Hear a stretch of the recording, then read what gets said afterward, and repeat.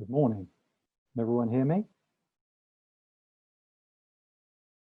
I'm David Fode, Editor of Public Sector Catering, and thank you for joining us for the first in our webinar series, The Future of Your Food Service. Today is a look at school catering and is brought to you in association with LASA. And it seems you're in good company today. We have about 420 people registered for the webinar. The format for the next hour is pretty straightforward. We'll play an interview with the chair of LASA, Stephen Forster, which we recorded on Monday. And this will be followed by a live Q&A session with Stephen and 3 co-panelists. This will be your chance to put a question. Let's now meet our panel as I ask them to introduce themselves. Stephen, you first. Good morning, David, and good morning, everyone. I'm Stephen Forster, and I'm the National Chair of LASA. I'm also Business Development Director for Chartwells. I'm really pleased to be with you here today, David, in the first of your PSC webinar series. So thank you for asking us on. You're very welcome. Thank you. Jackie, how about you? Morning, David. Jackie Blake from Nottingham City Council and Vice Chair of LASA. Really pleased to be on the panel and looking forward to the session. Thank you. Thank you. Kathy? Good morning, I'm Kathy Amos. I head up the customer marketing at Brakes, looking after all things public sector and of course looking after schools. And thanks very much for inviting me along this morning. You're welcome to. And Lee, finally you. Hi, nice to see you all, or those that I can see.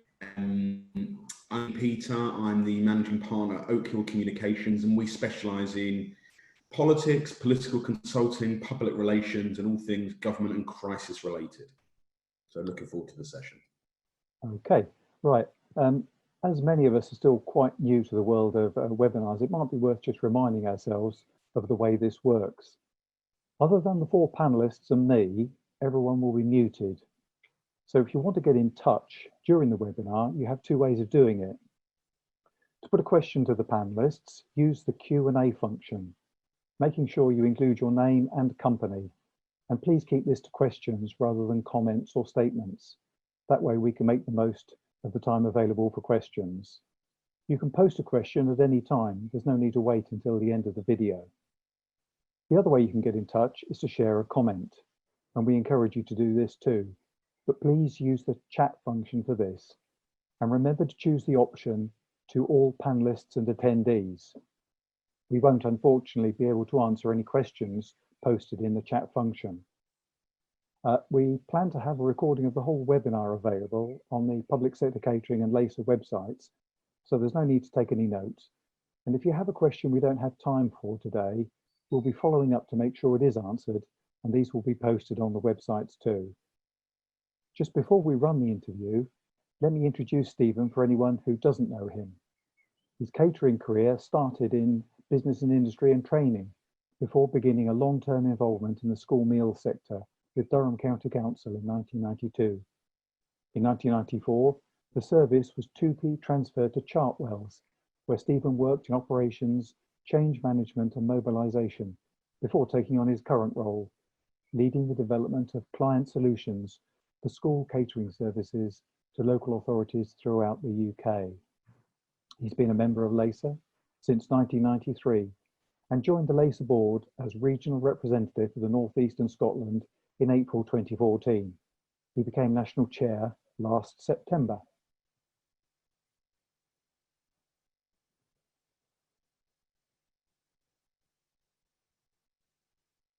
Hello, Stephen. Hi, David. I suspect that many chairs of LASA over the years have felt their term of office gets a bit overtaken by events, but I think you've probably got more cause than most after what's happened over the last few months. How has the coronavirus hijacked any plans you had for your year in a term? Well, it's been a totally different experience, completely different to anything that I could have imagined or expected.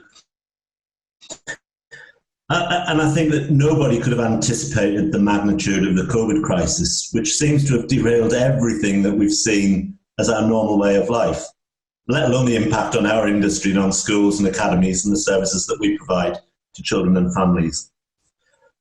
When I set out at the beginning of the year with my 3 objectives, I certainly didn't expect them to be curtailed in the way that they have been. And whilst the three still remain as our goals, we've had to change tack slightly to become the real link between government departments and our industry during this crisis that perhaps we've not ever had to do before.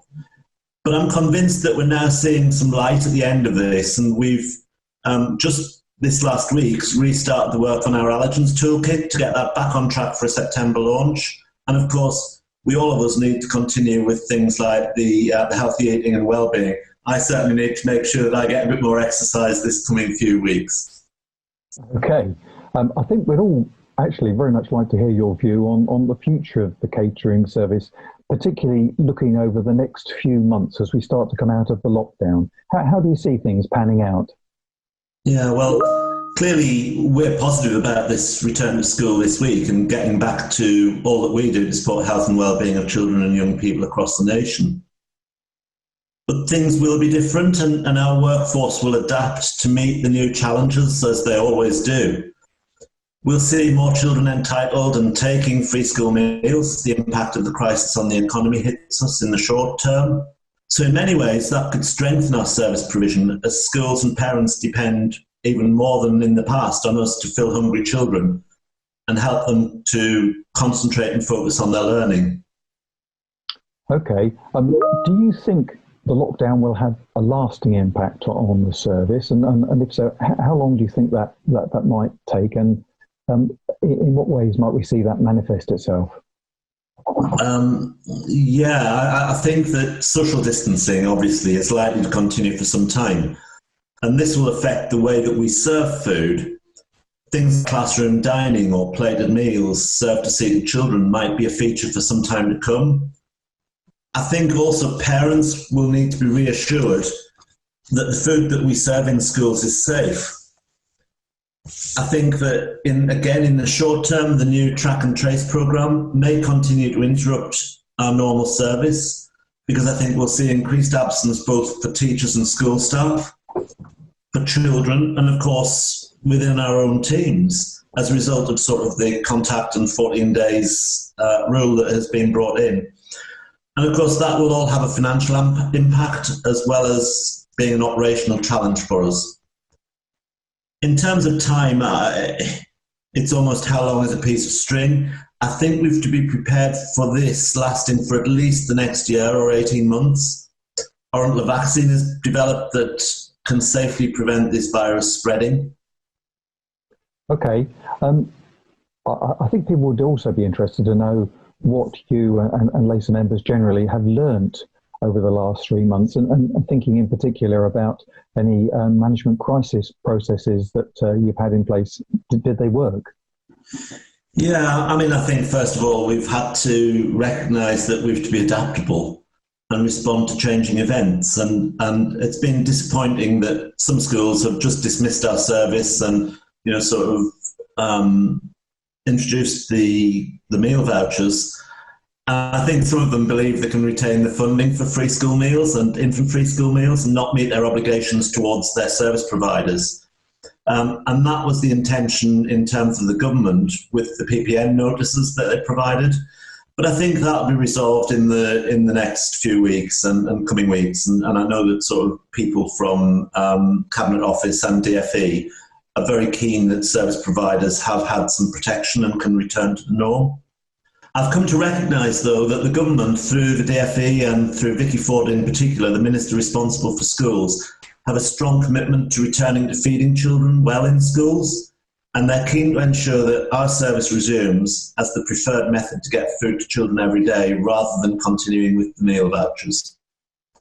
In terms of sort of companies, their contingency planning has been put to the test. I think probably in a much stronger way than any sort of testing could ever have given them. And I think that some companies that's worked very well for. I think that unfortunately there'll be some service providers that perhaps don't survive this, and sort of those that shut up shop at the beginning will find that hasn't helped them in the long term. Okay. Turning to the supply chain, how supportive have your suppliers been over these last few months?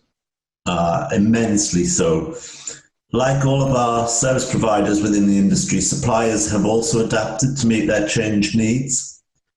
Many of our partners and associate members in LASA have demonstrated huge innovative changes to their range or to their services throughout the crisis, and they've shown this on our website. We opened a specific COVID page for our supply partners so that they could actually be making sure that they get their message out in terms of things that they were doing. The way that they've diverted food to support food banks and avoid wastage of perishable food has been magnificent, and that should be applauded by us all. They, like many others, are in my mind when I stand on my doorstep every Thursday evening in the weekly clap for carers. Regrettably, a number of suppliers have, this has affected them badly, and that we are seeing some casualties in that area. It's regrettable because none of them had got businesses that should have failed. It's the circumstance that's made that happen. Okay. What will have been the biggest concerns you've had about the safety of children and school meal staff while schools have been operating the sort of skeleton service for the children of key workers during the lockdown? Well, vulnerable children are at the heart of everything that we do, and vulnerable children depend on school as their safe place. And I've been really worried that if they're not children of key workers, that they may have been missed out from all that was happening and all that was being provided for them.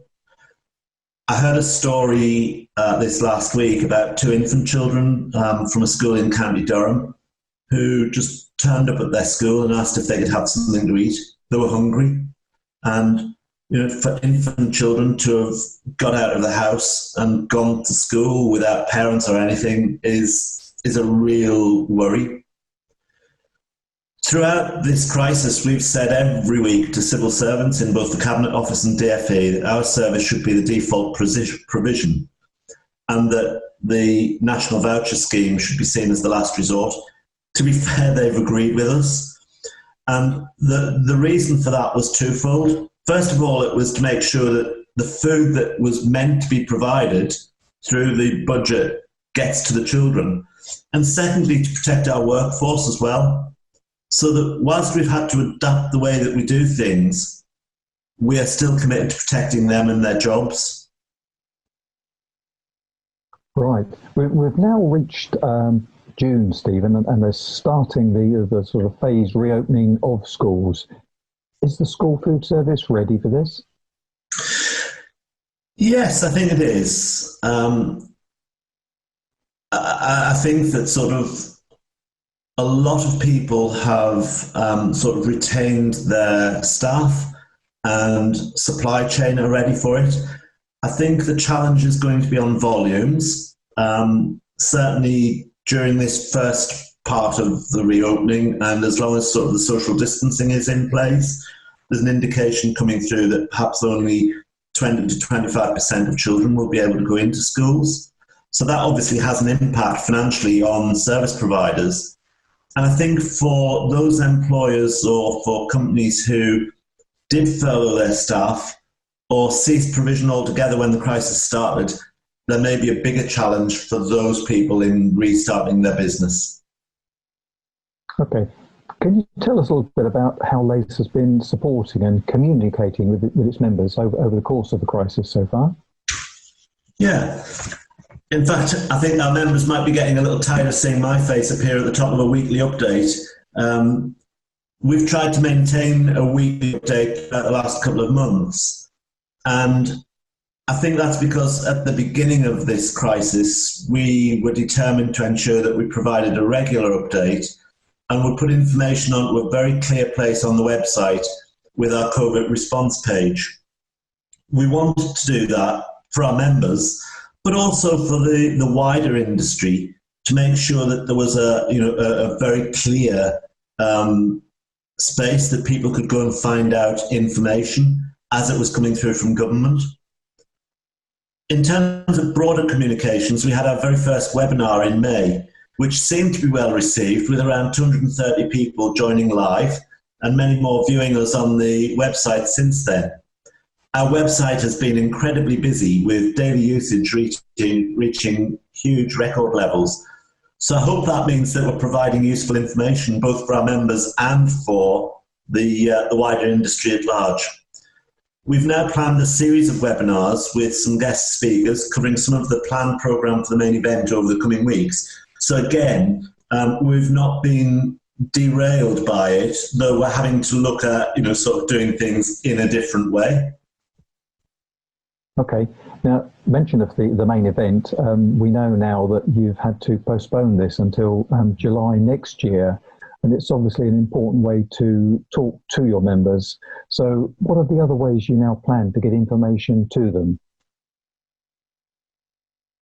I think that we will continue in terms of the webinar process. We have put in place some e-communications so that from a regional perspective, the regional executive teams can set up Zoom meetings. We're encouraging them to get their AGMs done and complete through that process. And I'm hearing now that sort of we're getting some regional meetings happening through Zoom. Obviously, David, we have tried to maintain sort of the website, but we'll also be sort of relying on the publications, our industry-based publications, such as the School Caterer, to bring together broader provisions. So whether that's supplier information, whether it's information from us, whether it's information from partners in the service, to make sure that we're absolutely providing the most up-to-date recommendations and advice as we possibly can. Okay. What are the main sort of recommendations and messages you're getting out to members about how they can manage their catering services as we gradually return to normal? Well, again, David, that was the focus of the webinar a couple of weeks ago in May. And we've put some toolkit together and put that onto the members area in the website.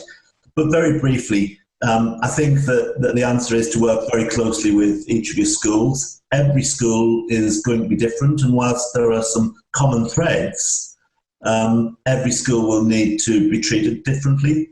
We're suggesting that sort of suppliers consider ways to avoid queuing and circulation in dining rooms, whether that means delivering food to classroom doors and providing some classroom dining, restricting children moving around school, because the way that sort of I'm understanding that the way schools will operate is in bubbles, so they're not wanting bubbles to interact.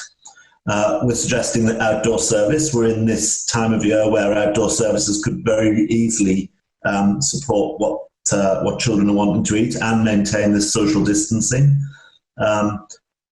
We're suggesting that there may be a need to restrict some menus. We still believe that we should be working to the school food standards. But I think that, things like self-help salad bars really have had to sort of be forgotten for the moment. But, we can look at things like pre-portioned items, pre-portioned salad items.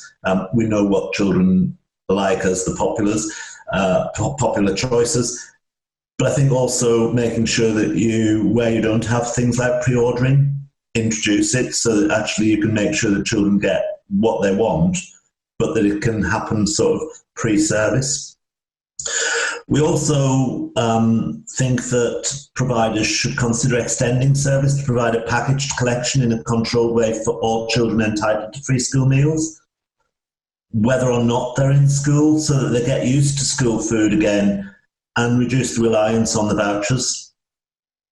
Do you think the lockdown experience might have changed children's tastes and maybe eating requirements in any way? So I'm thinking particularly of the anecdotal evidence that suggests that some middle-class parents have been consuming less meat, while in poorer families there may have been a greater reliance on the fast food.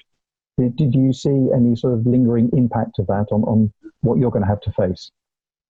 Yeah, I think the anecdotal evidence is that, we're all piling the weight on. I certainly can feel it on myself, because we're probably being less active, bizarrely, because we're sitting at our desks and we're doing work at home. I think from children's perspective, whilst, we're not saying that children haven't been active and people are not doing their daily exercise, the reality is that, children are being confined to their homes. In terms of eating requirements, I think we'll have more hungry children presenting at school as the economic fallout of this crisis hits us in the coming months.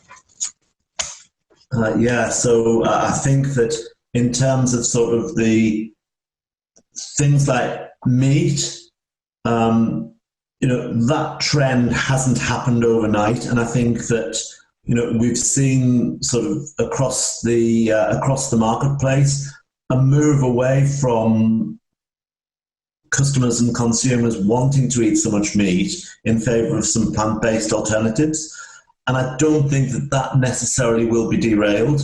And what we say is, that we would rather serve slightly smaller portions of better meat, so that we continue to support British farming and agriculture, but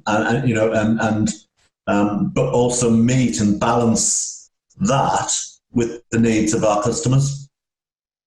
Okay, that actually leads me quite neatly on to the next question, because LACE has given its support to the campaign across the public sector to serve 20% less meat. So why do you think it's important to reduce red meat consumption in particular? Well, to be fair, David, LACE has supported the campaign because we've been following the school food plan. Many of our service providers have worked to the Soil Association Food for Life accreditation scheme for a number of years now. And of course, everything that we do is based on the provision of the Public Health England's Eat Well plate, which promotes a balanced approach to nutrition. So it wasn't really needing us to change radically anything we do in terms of that 20% less meat campaign. But as a nation, we need to look at what we eat, both for the sake of individual health and, of course, for the environmental reasons as well. We're not advocating no meat, but we see a balance between using those better quality ingredients and slightly more smaller portions within the finite budgets that we have in public sector. And that then sort of has that knock-on effect in terms of health and environmental targets that we all aim to achieve. Okay, it was interesting the other day when Boris Johnson finally recovered from the COVID-19 outbreak that he suffered himself. He came away suggesting that his own weight had added a risk factor to himself, and there was a suggestion that mooted in the media that this could mean a sort of renewed focus on the idea of tackling obesity in society in general. Do you see that have any impact on the school food service? Yes, I do. We're currently developing our response to the Education Select Committee inquiry, and we'll be promoting universal provision as the route to establishing healthy eating patterns in childhood. And within that, we believe it's really important to link what we do as a school food service to strengthening school food in school lessons as the route to healthy weight. But I think that a healthy weight isn't just about what we eat. My Million Miles Challenge, which many of our members will have heard us talking about, is something that we were setting out to do in partnership with the Dame Kelly Holmes Trust. And we'll be relaunching that in the next academic year. And that links healthy eating with exercise. I think moving on beyond that, we submitted our paper for Universal Infant Free School Meal Funding to the DfE and Treasury back in February, and we're still waiting for their response to our call for the price to be increased to £2.51.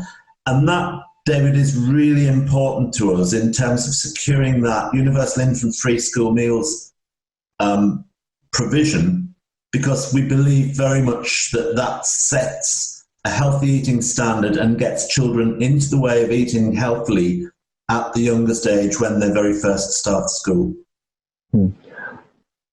Turning to allergens now, I know you mentioned it a little bit earlier, but before the lockdown, LASA was well advanced with plans to take a real lead on the allergen debate. Is that still the plan, and what's the current situation? Yes, it is. It was one of my 3 objectives, as I said at the beginning, for this year. It's been curtailed, but we've actually continued with some of the work on that during this crisis. And I've had discussions with DFE, with Public Health England, and with some of the allergen charities. And only this last week, we restarted the test programme for our risk assessment process with a view to launching it fully in September so that it's available for our members to use from September onwards. Okay. And just to sort of finally put a little bit of a focus on the future of school food service. I mean, first of all, are you positive about the future of the school meal service?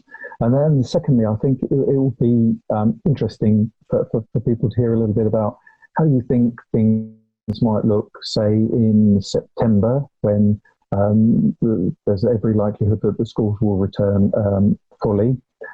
Perhaps a year from now, and then maybe even 5 years from now. How do you see things panning out? Yes, I mean, in terms of the first part of your question, David, absolutely. I'm very positive about the future, and I'm convinced that schools will return, and that actually more children will want to and need to eat well with us every day. You know, we've talked about the impact of this crisis economically. We know that 2 million more families have gone on to universal credit, and that does impact us when we see that increase because more children are entitled to free school meals. Things will be different and challenging, there's no doubt about that, but our service and the services that we provide collectively across public sector will be needed more than ever as our nation returns to health. The second part of your question, I wish I was blessed with second sight, really, David. In the short term, yes, there will be some further disruption to our service. You know, all the things that I've mentioned as we've been talking, things like the track and trace programme, things like social distancing and absence from school are likely to cause us that shorter term challenge over certainly the next sort of term, and I believe even going into September. I think 6 months to a year, we'll start and see some recovery to the normal place that we were perhaps when we started this crisis back in, it feels like years ago, but it was back in March, you know, just before Easter. For the long term, it's very much my vision and sort of my campaigning view that we aim for universal free school meals. I've long said that the rest of school provision is free. Why do we have to pay for food? And I think that if we're serious as a nation about the health and well-being of children and young people in our schools, we as a sector can make a real difference by providing that core leadership in terms of healthy eating, linking that to teaching in schools, and support the whole national food strategy for Britain and for the UK.